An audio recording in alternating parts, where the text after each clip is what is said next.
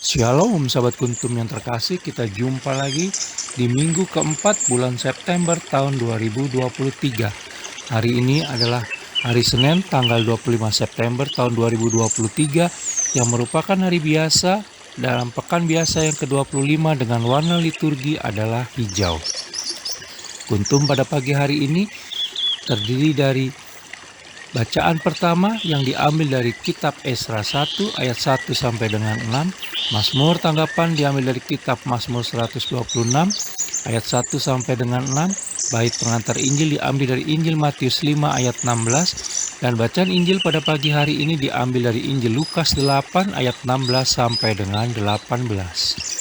Bacaan Injil pada hari ini dapat kita baca pula dalam Injil Markus 4 ayat 21 sampai dengan 25.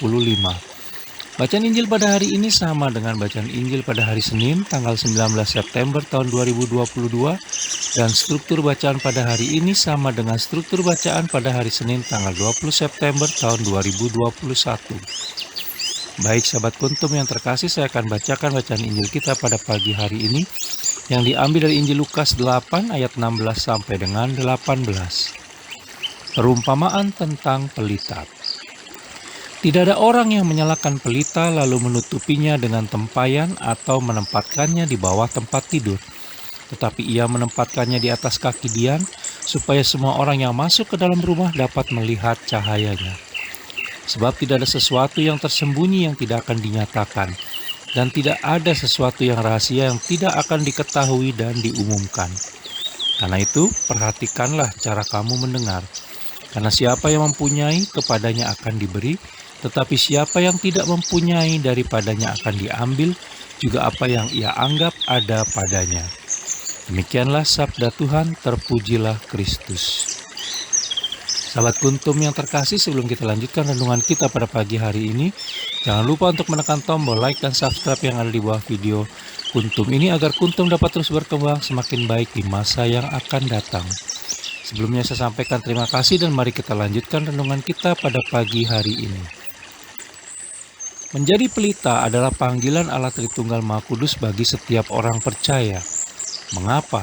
Karena Allah Tritunggal Maha Kudus telah memindahkan kita dari kegelapan kepada terangnya yang ajaib. Kita bisa lihat dalam kitab 1 Petrus 2 ayat 9. Sehingga ia mengendaki kita memiliki kehidupan yang bersinar di tengah-tengah dunia ini. Menjadi pelita bagi orang lain tidak harus selalu menjadi seorang full-timer di gereja. Apalah artinya kita sibuk dengan jadwal pelayanan yang padat jika kehidupan kita sendiri tidak menjadi terang dan tidak berdampak bagi orang lain. Di dalam kitab Galatia 6 ayat 4 dikatakan, baiklah, tiap-tiap orang menguji pekerjaannya sendiri, maka ia boleh bermegah melihat keadaannya sendiri dan bukan melihat keadaan orang lain. Ketika pelita dinyalakan, maka sumbunya akan semakin terbakar. Artinya, mendatangkan kerugian bagi orang yang menyalakan pelita itu. Jadi ada harga yang harus kita bayar untuk menjadi pelita bagi orang lain, yaitu kita harus siap untuk berkorban dan rugi. Jika kita menyayangkan hal itu, maka pelita tidak akan pernah menyala. Di dalam Injil Matius 20 ayat 26-27 dikatakan bahwa tidaklah demikian di antara kamu. Barang siapa ingin menjadi besar di antara kamu, hendaklah ia menjadi pelayanmu, dan barang siapa ingin menjadi terkemuka di antara kamu, hendaklah ia menjadi hambamu.